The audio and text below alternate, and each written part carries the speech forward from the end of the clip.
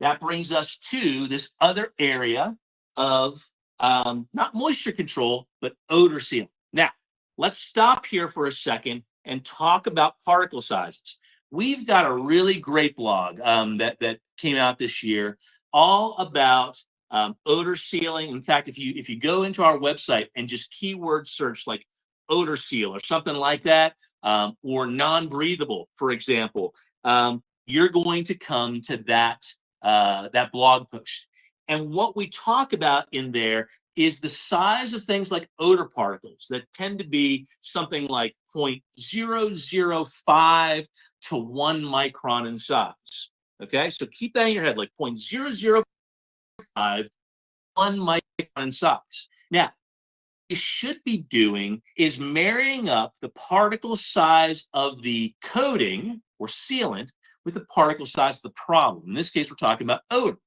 So let's talk about acrylics for a second. You've probably all had failures by using something like a Kills when it comes to odor. Why is that? A Kills is an acrylic product. What's the particle size of acrylic? It is 125 to 175 microns in size. Think of it like this. So this little chip that I have right here is our, maybe you can't see that. This little chip right here is our odor particle. And this is our acrylic. Let me grab another one of these.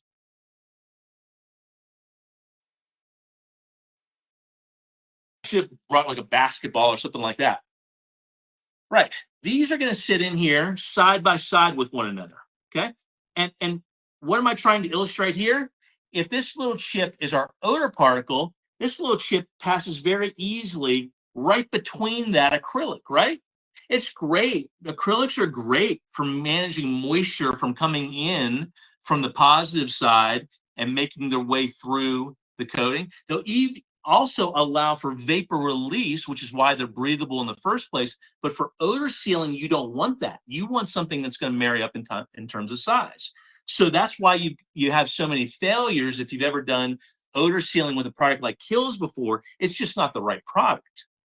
All right, so then let's talk about something else, like a shellac-based product. What's the problem with shellac? Well, shellac is in this area of about 5 microns, I think, to about 15 microns in size. It's better, right? It's better.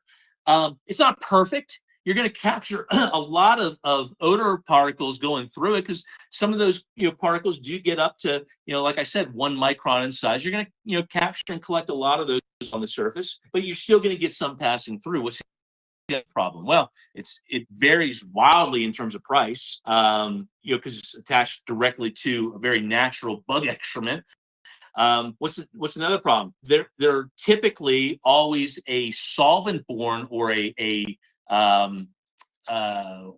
what is it, like an oil-based product, which brings along with it issues of cleanup, right? You got to clean up with a solvent at that point in time, which is flammable.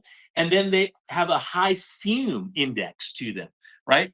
You don't want fumes when you're working in and around, employees and the general public and things like that. So about 3 different problems there, and they kind of work. They're pretty good. All right, so where do we go to next? We go to our VaporLock vinyl-based products.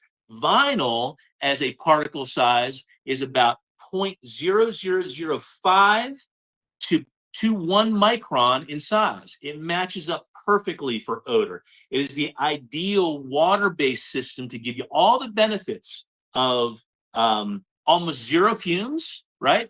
Clean up with water and odor sealing all at the same time. With a price point, by the way, and we're going to go into some estimating in a little while here, with a price point that doesn't fluctuate and that's very affordable for the service that you're rendering, okay? So that's VaporLock White. It makes it white too, right? It primes surfaces and things like that. So if you're going to paint over it, you can do that.